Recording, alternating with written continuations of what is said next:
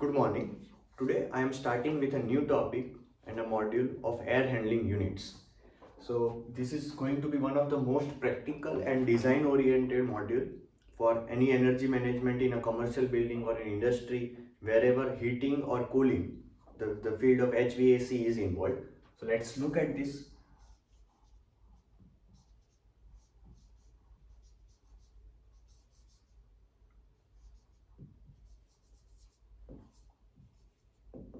Right, which is commonly abbreviated as AHU in industry and in research community also. So let's start with this. For this video, the first class today, I am going to start with SDVAV. So the first one would be single duct.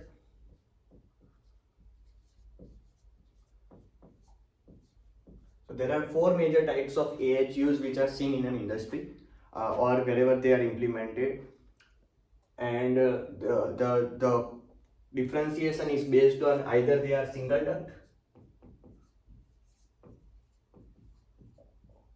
or they are dual duct,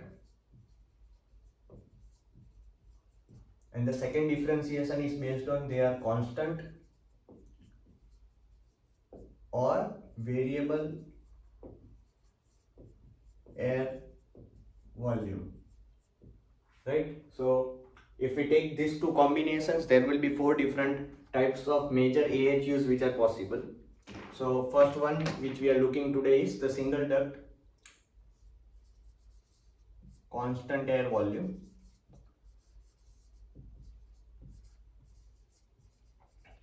And in this type also there are multiple different modifications which are possible as per the design requirements or as per the requirements in where they are implemented. But wherever today we are going to cover the one of the possibilities of single duct constant air volume, and the possible modifications which are usually seen will also be discussed whenever I am discussing the schematic and the calculations for the temperature change and the amount of load, the cooling coil, heating coil, reheat coil loads. So this is abbreviated as SD, which is for single duct constant air volume, and also within we usually have with terminal reheat, and which is abbreviated as TR, terminal reheat, right? So let's start with the schematic or how the AHU looks like. So when we start it, we have outside air which is coming. So we have the outside air which is commonly called as OA, and further we have return air which is coming, which is abbreviated usually as RA, and these two gets mixed, and what we have further after air mixing is the mixed air, which is abbreviated as MA. The mixed air goes through a preheat coil, and I'll explain the purpose of each of the coils which we are discussing today. So it's very much clear, and if they are asking interviews, you have very much clarity on how to answer this. So it is a preheat coil. From after the preheat coil, the air passes to a cooling coil,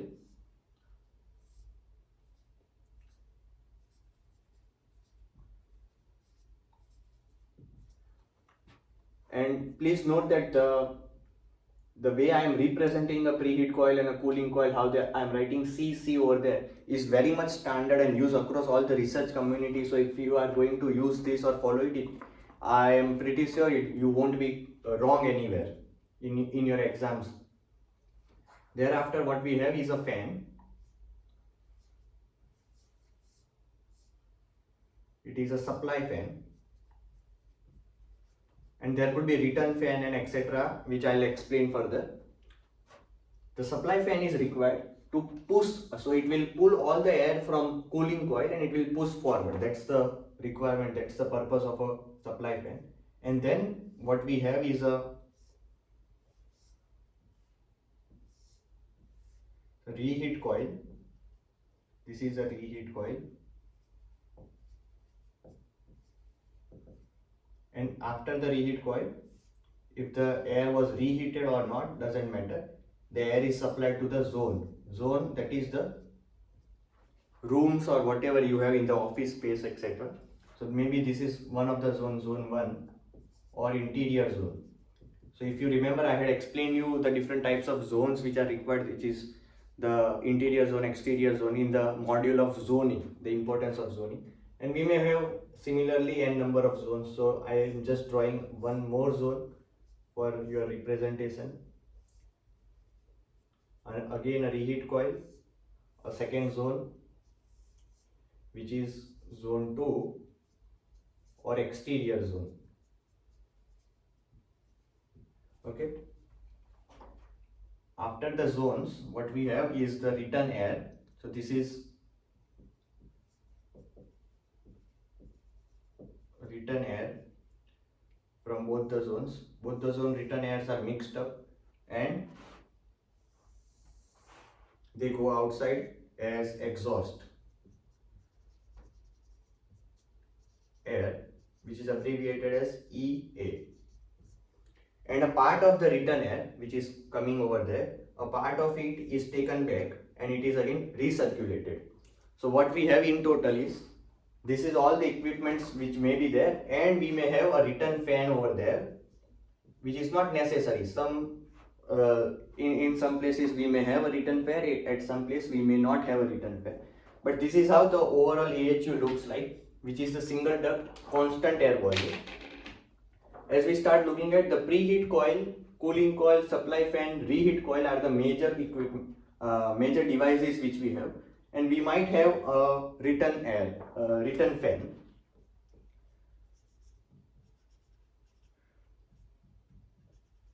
And our aim now is to, so we'll be given with some of the values, some of the data.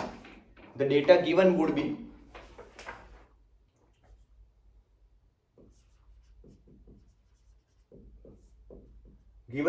in the zone, in the building, in the room which we are living, we would be given with the temperature we want. So maybe the interior zone temperature is required. We want a comfort at 75 degree Fahrenheit or 27 degree Celsius, 30 degree Celsius, whatever may be the comfort. But the temperature will be known to us. Temperature will be given to the system. How the system operates is its own thing. But what the user gives is the temperature, the comfort temperature. So these are the two comfort temperatures. And in the zone there could be some different devices which are used. There are some people, occupant load, electrical load, there could be solar load, transmission load, the different types of loads which I have discussed earlier. So we may have different types of loads. In total, all the loads which we sum up, there could be different loads. All the loads at the end could be separated into two kinds: sensible load and the latent load.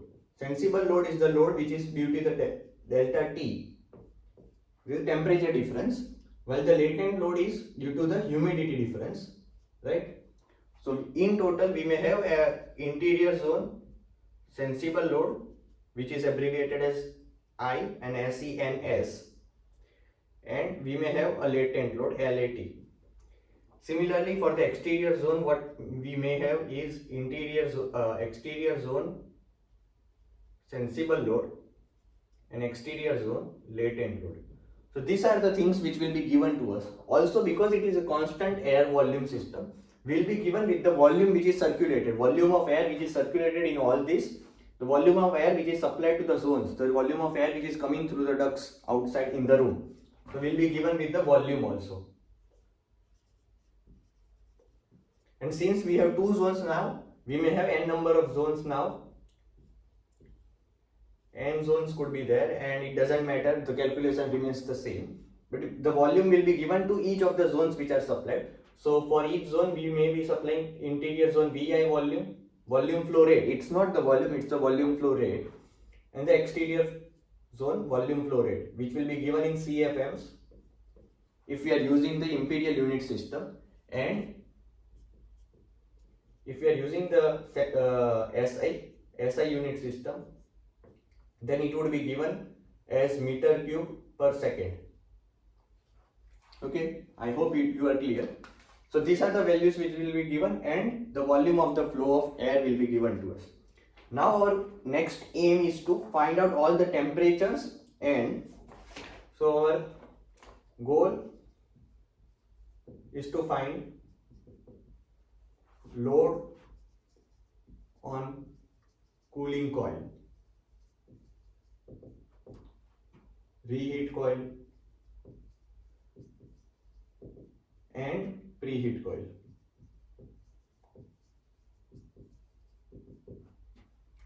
This will be usually the aim, to find out the loads. So to find the loads on a cooling coil, preheat coil and reheat coil.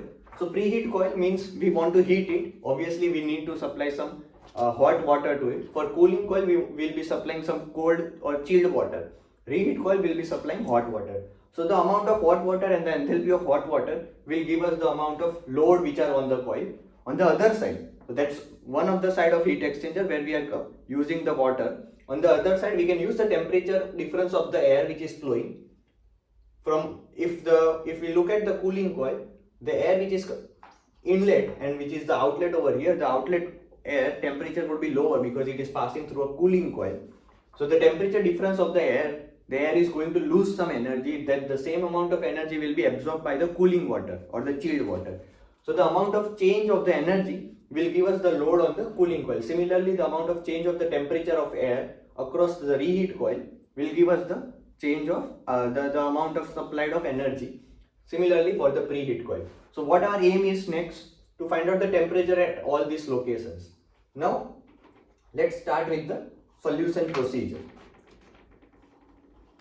So we are given with these temperatures and the cooling coil and this schematic which we are working with. For your information, always the cooling coil is operated at some set temperatures and set humidity ratios. So cooling coil, I am just representing this exit location of the cooling coil as cooling coil leaving, CL. Preheat, this location will be preheat, PH. The location to the inlet of cooling coil will be, which will be equal to the preheat. I am still noticing it at cooling coil entry. Similarly, preheat coil entry will be, the exit for preheat is PH and the exit for cooling coil is CL. This is the supply line and this is the supply to the zone. Now the first thing which we can easily do is the temperature at this location. This all will be done using the simple mass balance and energy balance. So the mass of air which is coming in will be the mass of air which will be changed over here, and the same amount of air will be coming out. So the mass balance is very much simple. The second point is the energy balance. So if we use the energy balance for this zone, or we can do it for any of the zone, but we'll do all the calculations for one of the zone. So by doing the energy balance for this one zone, what do we have is, let's say the m dot amount of air is coming in from there, which will be constant to the mass of air which is going out. So I'm not representing them as m1 or m2 or m in, m dot into T in plus the energy which is added. So the energy added will be, because we are looking at the temperature, we are not looking at the sensible or latent part. So the latent load will not come, the sensible load will come. Q internal zone, sensible. So over here Mi will come at least. Sensible is equal to m dot interior zone T out. Now to represent, we'll be noticing this point as supply to the interior zone, TSI, and this is the return air. So we'll be looking this as TRI. Return air interior zone, return air exterior zone. I hope it is very much clear. The things are very simple. Now we know the value of Ti, T in. T in is this temperature, and T in is this temperature. T out will be the temperature of the air which is coming out, which will be TRI, and this will be equal to Ti because the air of the room, the temperature of the air of the room is the same temperature the air is going out. So the air which is going out will be having the same temperature as the room temperature, right? It won't change obviously. So all other things are known. The only unknown is Ti. So the Ti is represented as TSI for us. So TSI will be equal to T out. T out will be the zone temperature which I just discussed. So Ti minus Qi sensible over, what will be the over? Over will be the Mi. Right? Now I am just going to make some changes with the Mi, and it is going to give you a very much clarity. But this is what we have right now. This is the temperature of our supply duct. This is the supply duct for the interior zone. Similarly, the same thing could be done for the exterior zone, where the only change would be the temperature will be the Te, and this Qi sensible will change with Qe sensible. That's the only change. The Mi will change with the Me. But all the values are given to us. The only unknown was this much, which we are calculating. Now for m dot is equal to rho V dot. I hope you understand this. Sorry, what we missed is, over here in the energy balance it should be the enthalpies. So if we take the enthalpy over here, the correct equation would be m dot in H in plus Q in is equal to m dot out H out. And if we change the enthalpies to temperature, the change would be in the specific heat. So what we have is m dot C T in plus Q in is equal to m dot C T out. So we'll have C over here multiplied, the specific heat capacity, and over here in the denominator we should have C. So if we change this and we want to calculate and simplify this one, so m dot into C will be rho V dot C, and C is the specific heat capacity of the air. C is specific heat capacity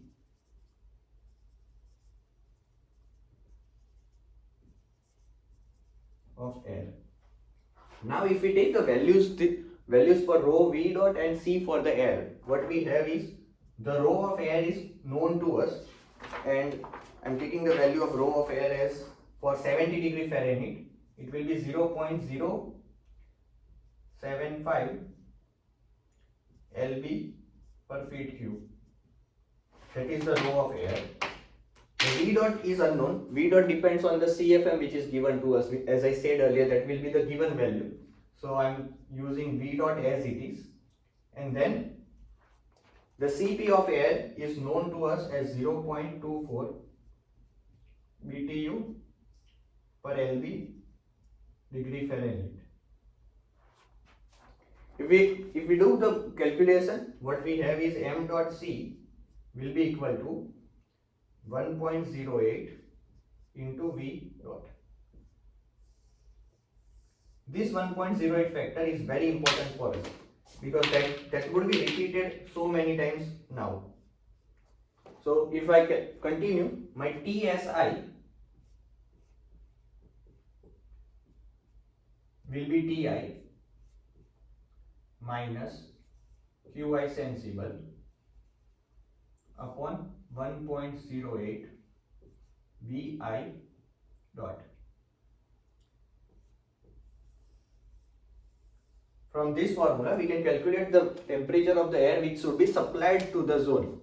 The temperature of the air which will be supplied to the zone, which will be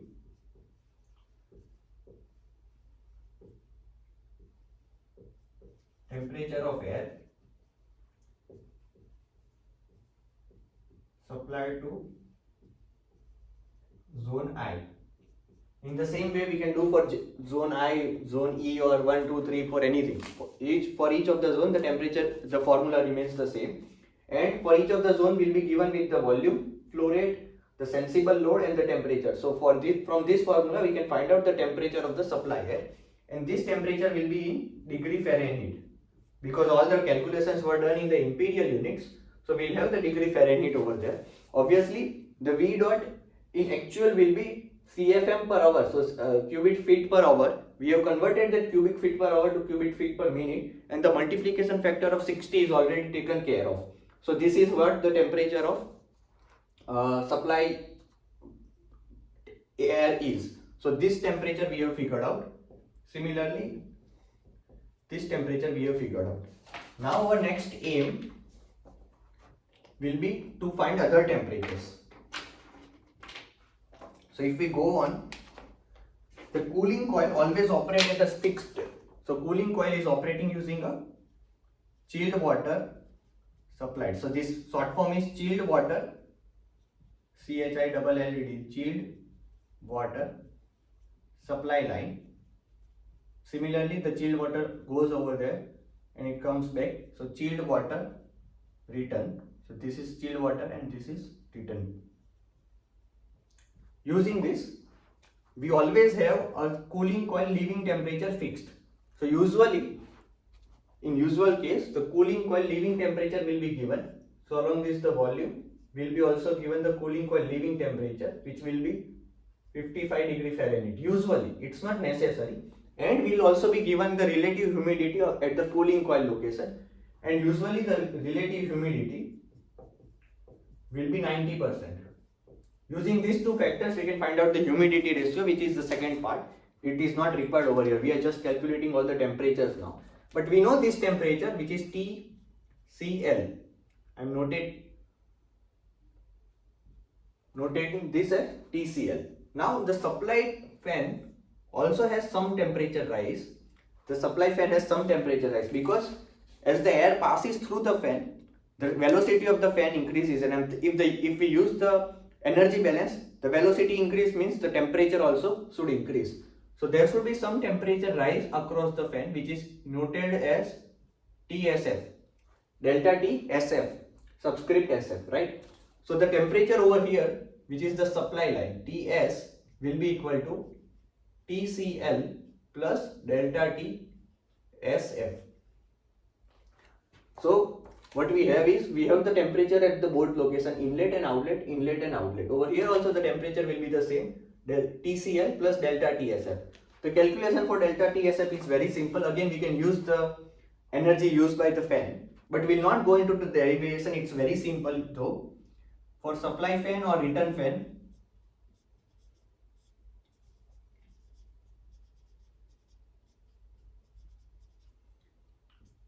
temperature rise across the supply fan or return fan would be delta TSF will be equal to W dot, which is the power. W dot means the power of the fan divided by 1.08 divided by V dot.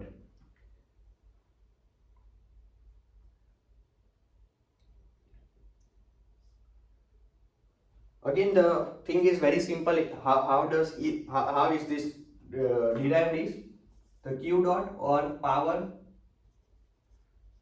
will be m dot Cp delta T, right? This is very simple. The energy change will be m dot Cp delta T, and we have converted m dot Cp using this conversion, and the factor came out to be 1.08 into V dot. Similarly, this will be 1.08 into delta T.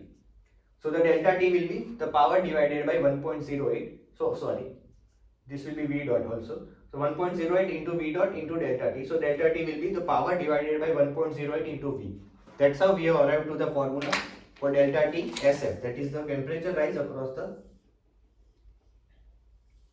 Again, the conversion has been made in such a way that the unit of delta T SF will be delta degree Fahrenheit. If we use that, what we have is all the temperature changes across the reheat coil. So now the energy used in the reheat coil can be very easily calculated. So the reheat coil energy use, that is for the interior zone or exterior zone, I'm just writing I as over there, will be m dot Cp delta T, right? This is very simple. That's the standard formula we are going to use everywhere. M dot Cp delta T again will be converted to rho V dot C delta T, which will be again converted using this formula to 1.08 V dot delta T. Now V dot I obviously, but that is for the nth zone. Whatever zone we are calculating for, it could be very easily calculated. So my Q dot reheat coil for the ith zone will be 1.08 V dot for the ith zone, and the delta T will be, since it is a reheat coil, that this temperature would be a higher temperature and the supply temperature would be a lower temperature. This would be usually, because it is a 55 degrees Celsius, and delta TSF, if we calculate using this formula, it might come out to be 1 or 2 or 3 degree Fahrenheit. So if you use that, the 3 degree Fahrenheit would give us a supply temperature of 58 degree Fahrenheit. My zone temperature are usually 75 degree Fahrenheit, 70 degree Fahrenheit. And the supply temperature for the zone TSI, because of these loads, using this formula, the supply temperature for the zone will be maybe 65 or 63 degree Fahrenheit. So this was 58, this was 63. Usually reheat coil means we need to reheat the air. Reheat because once we have cooled the air and then we are reheating, we are wasting some energy, but that's fine because that's the purpose of our air conditioner or air handling unit, that we maintain the comfort. So this temperature will be the higher temperature, so we will use TSI and subtract it with the lower temperature TS. So that's the energy which is used by the reheat coil for the ith zone.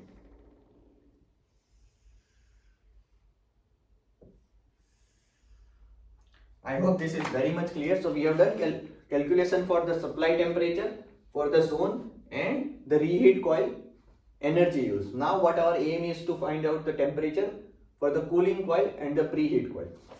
I'm going to erase some of this because I don't have further space, so just bear with me. But our further aim is to calculate all other temperatures and to get the preheat coil load and the cooling coil load.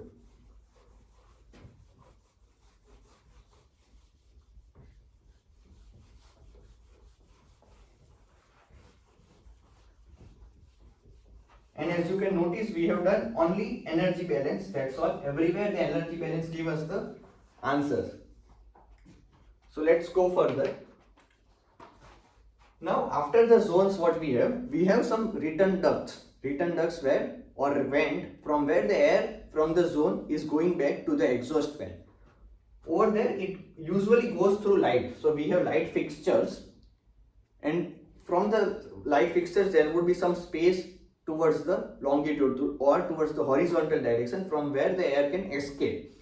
If it is escaping through those light fixtures, then because the light fixtures are somewhat heated up, they are having some higher temperature, so in those cases there would be some transfer of energy from that heated fixture, light fixture, to the air, and that would be the Q dot return air.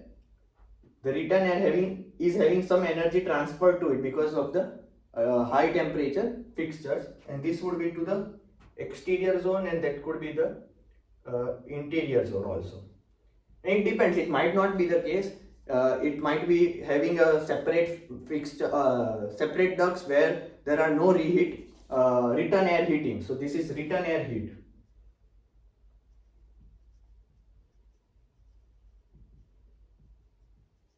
It could be possible that the return air heat is 0, and it could be perfectly fine. That's not a problem. If we just put the return air heat is equal to 0 in our formula, we'll have the correct answer.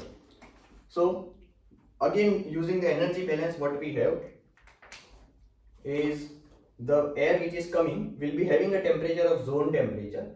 So m dot C T I plus the energy which is added, Q reheat, return air heat, is equal to m dot C T R.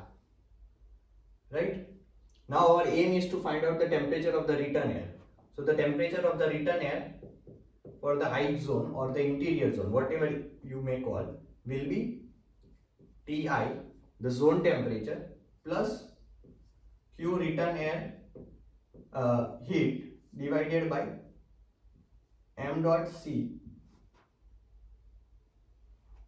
Again, if we remember from the previous I had explained that m dot c, we convert it to rho v dot c, and using all the factors we'll have 1.08 into v dot as the conversion. So my return air temperature for the ith zone would be given using this formula.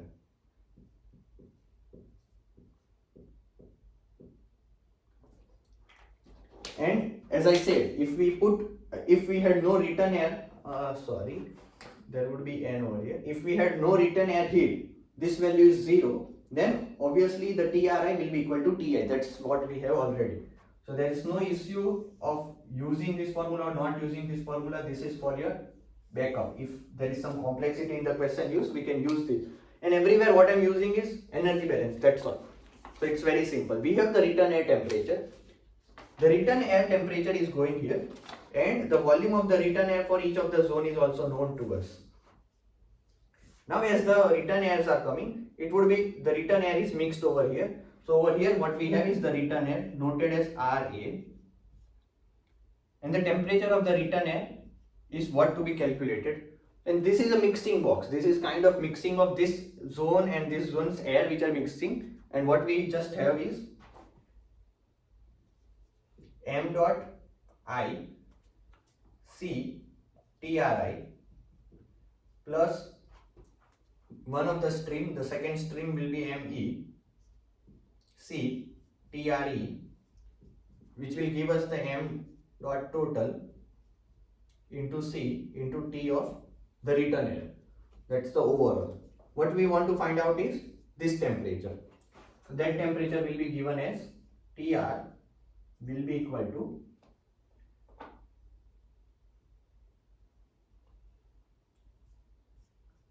TRI into VI plus TRE into VE upon VI plus VE. That's the simple formula which we have now for the return air temperature. Because the C factor gets cancelled from there, and also from the m dot what we have, the other factor is 1.08 is also getting cancelled. So what the only remains is the v dot. So TRI into VI plus TR into VE, and over here in the total what we have is the total volume. So that's how we have figured out the temperature of the return air. That same return air is going from there through the return fan. So if there is a return fan, again we'll have the same temperature rise through the return fan, maybe some 1 or 2 degree Fahrenheit, depends on the power and the total volume. The same temperature is air is going partially to the exhaust air and partially as a return air. This return air again gets mixed with the outside air. So let's do the calculation over there.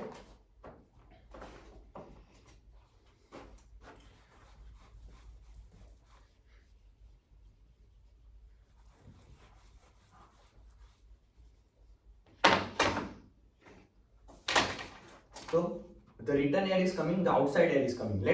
Over here we had the explicit amount of volumes which are known to us. For this we also have the volume of the outside air given to us. So in the given, we'll also be given with the volume of the outside air which is used. What will be this? It would be the outside air amount of air which is taken, and it will be equal to the amount of exhaust air. So what the case is, if we have 10,000 CFM of air coming as a return fan, then, and let's assume this is 2000 CFM of air which is exhausted, then the 8000 CFM of air is going to the return duct, and obviously the same amount of air should be compensated. So whatever air we are losing, the same amount of air should be coming through the outside air, and again as at the mixed air location we'll have 10,000 CFM of air. I hope this is clear. Now we are going to introduce one of the ratio. This ratio is called as the outside air fraction.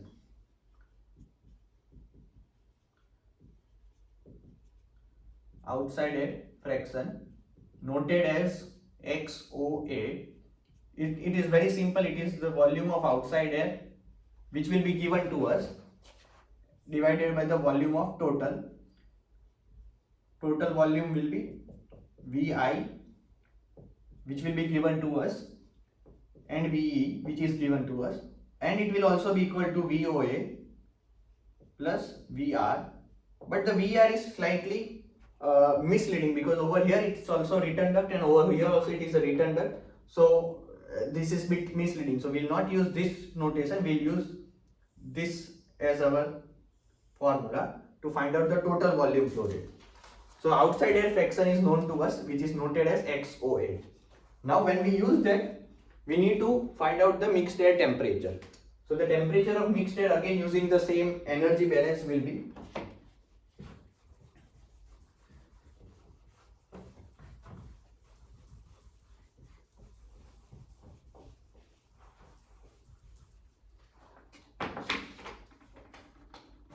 the air which is coming from the outside will be m dot OA into H OA, enthalpy of outside air, plus the return m dot return air into enthalpy of return air, which will give us the total into the enthalpy of mixed air. Now we want to find out the temperature of mixed air, so I just convert the enthalpy to CT, or delta H into C delta T, right? CP delta T, sorry. So using this, what I am having is m dot outside air into C, temperature of outside air, CP obviously, plus m dot return air into CP, temperature of return air, is equal to m dot CP, m dot T total into temperature of mixed air. Again using that conversion, m dot into C will be C rho V dot C P will be equal to 0.074 into V dot into 0.24, which will give us 1.08 into V dot. Over here the V dot is in cubic feet per hour. Over here the V dot is in cubic feet per second minute. That's why we have a conversion factor of 60 also over there, and that's how we are getting 1.08 as the factor. Now we incorporate that. So 1.08 V dot outside air into TOA plus 1.08 into V dot return air into T return air is equal to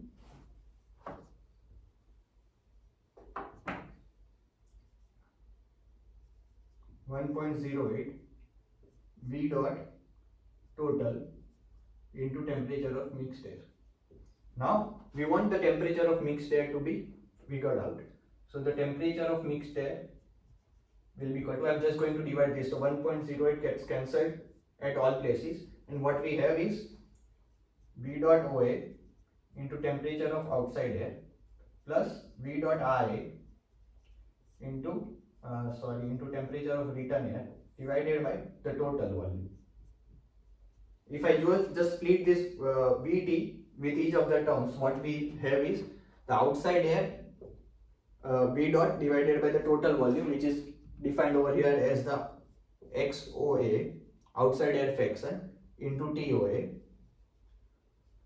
plus the return air will be, return air divided by this will be 1 minus XOA. I hope you understand that, because if we do V dot RA, it will be equal to V dot T minus V dot of OA, and if I do V dot RA by V dot T, it will be V dot T divided by V dot T minus V dot of OA upon V dot T. This will be 1 and this will be XOA. And that's how I am getting that factor of XOA into TRA. If I open this bracket and do the simplification, what we'll have is temperature of mixed air equal to temperature of return air, which is having a factor of 1, plus XOA into TOA minus XOA into TRA. And that's the final formula for the mixed air temperature.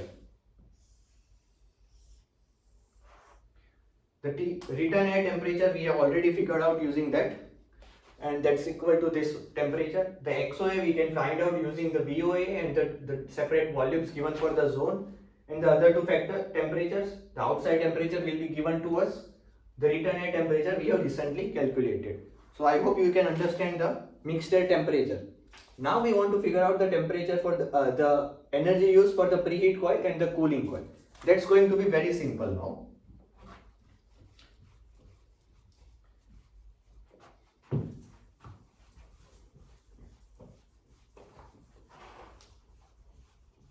The preheat coil purpose is to avoid the cooling of my chilled water. So since the chilled water is coming and there's a temperature of the chilled water, if the air which is entering to the preheat coil and the cooling coil is so low, if the temperature is so low, if the air is so cold, then it may freeze up my coils. If the coil freeze, that means the temperature of the water goes to below 0 degree Celsius or below 32 degree Fahrenheit.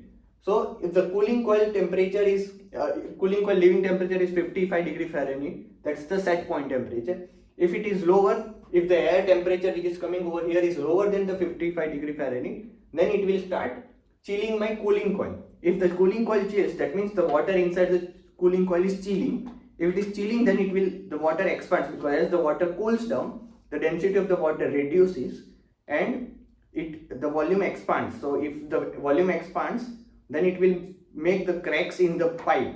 It will destroy the pipes. That's why we want a preheat coil which will at least heat, and it will at least make sure if the temperature of the air which is entering to my cooling coil, if it is less than 55, then it will make sure that the minimum temperature is 55. That is the cooling coil leaving temperature. So the preheat coil only operates. Preheat coil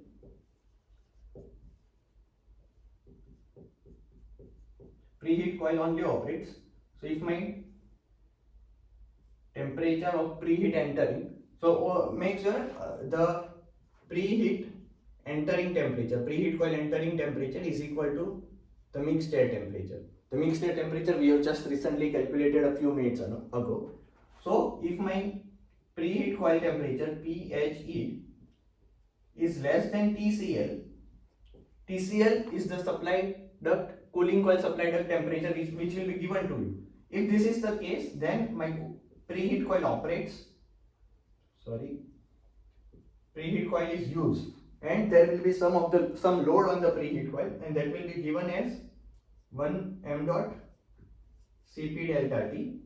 M dot Cp will be converted to 1.08. V dot, the total, all the volume is flowing through it, so total volume will come, and delta T will be the preheat exit temperature will be higher, preheat entering temperature will be lower because it is heating it, and the preheat entering temperature we want to set it at a cooling coil leaving temperature. So the higher temperature will be TCL and the lower temperature will be TMA. TMA will be again equal to TPHE. So that's how we can find out the preheat coil load. Right? That's the formula for preheat coil load.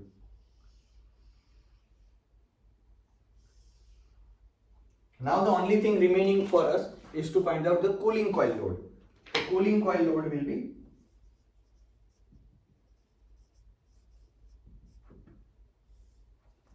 so for the cooling coil, the entering temperature is PPE, which is equal to TPH, and the exit temperature is TCL. But since it is a cooling coil, it is going to cool the air. So this temperature will be the higher, which is the entering temperature, and the leaving temperature will be the lower. Hence, and in this case, obviously, the second case would be if TPHE is less than or equal to TCL, then my Q dot pH will be equal to 0. Right? That's the condition. If this is the condition, then I have a preheat coil load, which will be the value of this calculation, and if my temperature is less than TCL, I am very sorry. If it is greater than or equal to TCL, then there is no load on the preheat coil. Now, starting with the cooling coil, what we have is for cooling coil Q dot Cc, and we are doing the sensible load only. The latent load, that is with respect to the humidity change, will be done later. So for the sensible part, what we have is m dot Cp delta T. Again, m dot Cp will be converted to 1.08 V dot T, because all the volume is flowing through the cooling coil. For the zones only, the volume is split into these volumes which are given to us. For the cooling coil and the preheat coil and the fan, the whole volume, which is Vt, will be flowing. For the reheat coils, individually the zone volume will be flowing through them. The temperature difference will be the higher temperature, which is TCCE, and the lower temperature is TCL.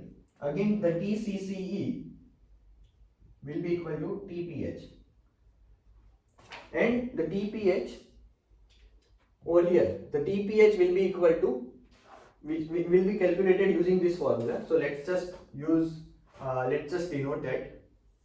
So in this case, if my temperature was lower than TCL, then my TPH will be equal to TCL, because that's how my cooling, the preheat coil is operating. So we'll have some preheat load, and in that case my TCL and TPH are equal, and TPH is equal to TCCE. Hence, these two temperatures are equal, and hence I will have no cooling coil sensible load. That is one of the case. For this case, what we'll have is my TPHE will be equal to T over there, TMA. Hence, this temperature TPHE is equal to TCCE, as I said here, right? So I have calculated the volume, the sensible load and sensible load cooling coil sensible load which will be given by 1.08 V dot T TCCE minus TCL, right? So we have calculated all the loads. What we are left is, we are left with the latent load. We are left with the latent load, and we'll be doing the latent load now.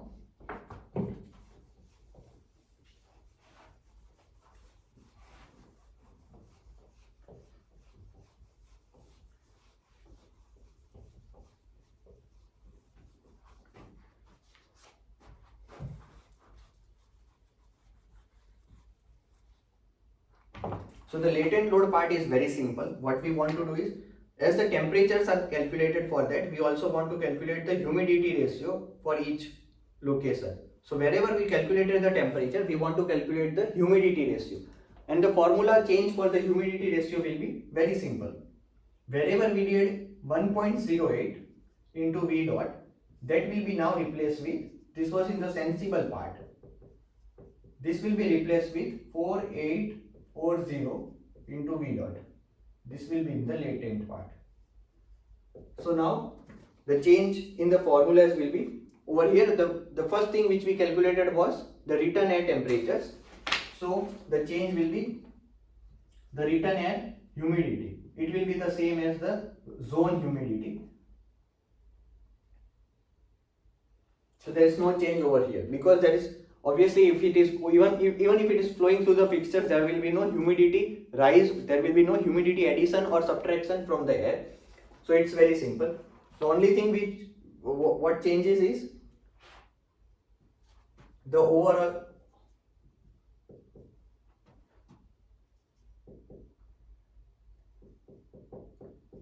plus E exterior zone humidity into Vi plus Ve. In the same way, we can calculate the humidity of the mixed air. Humidity of mixed air will be calculated. This is to be calculated, and humidity of this location is to be calculated. What the TCL is given to us, the humidity ratio is given to us. Using these two values, the usual humidity will be equal to 0.0083. So the humidity at this location is known to us, humidity of cooling coil leaving temperature. And the humidity of mixed air, the preheat coil will not change any humidity thing. So the humidity of this mixed air will be continued over here. And what we want to do is, now the cooling coil latent load will be equal to, as I said, the conversion is 4840. So 4840 V dot T. The humidity will be higher at the entering side. So humidity of mixed air minus humidity of cooling coil leaving location. So that's the cooling coil latent load. Now the only thing we are left is to figure out the omega MA. The omega MA depends if the cooling coil is wet or cooling coil is dry. So let's write out the formula for the coil dry and coil which is wet. There are two different possibilities.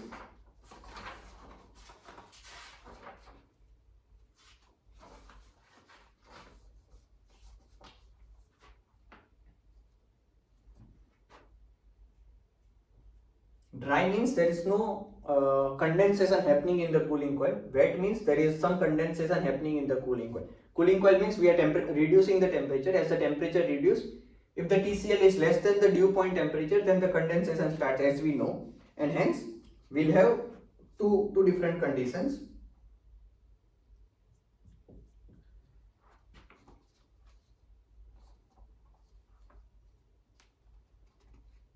Obviously, omega MA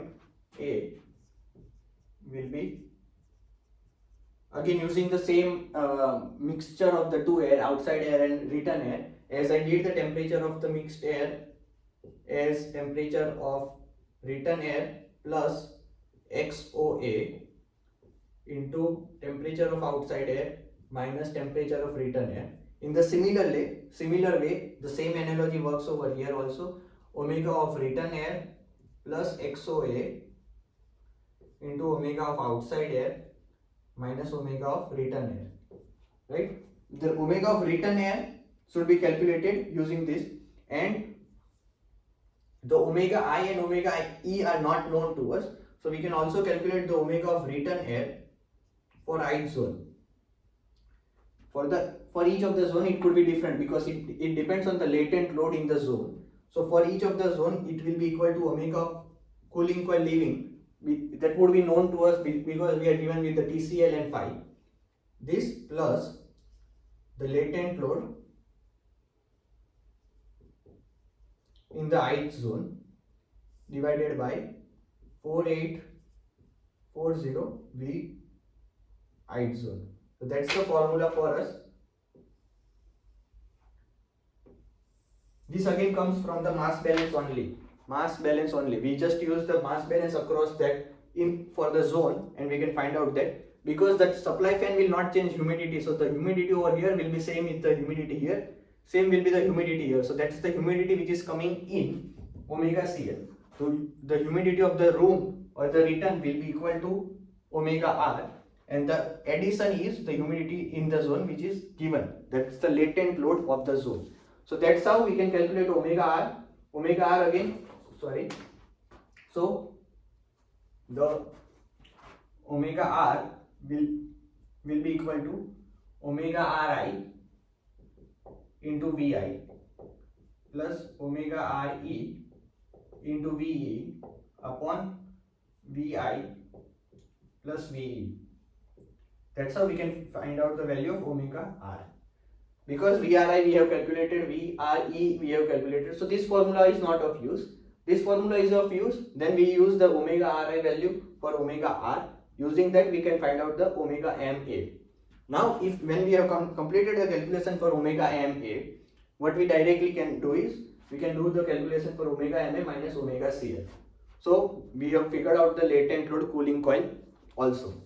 In that way we have found out all the temperatures, we have find out all the humidity ratios at all locations, temperature at all locations, and our aim was to find out the cooling coil, cooling coil reheat and preheat coil load. So we have calculated the loads also for each of the coil. We have calculated the load for preheat coil, cooling coil and reheat coil in this video, and I hope you have understood all the complete lecture, and it has been a very long lecture. I understand it has been 1 hour, but I hope you understand. If you have any queries, do let me know in a comment. Thank you.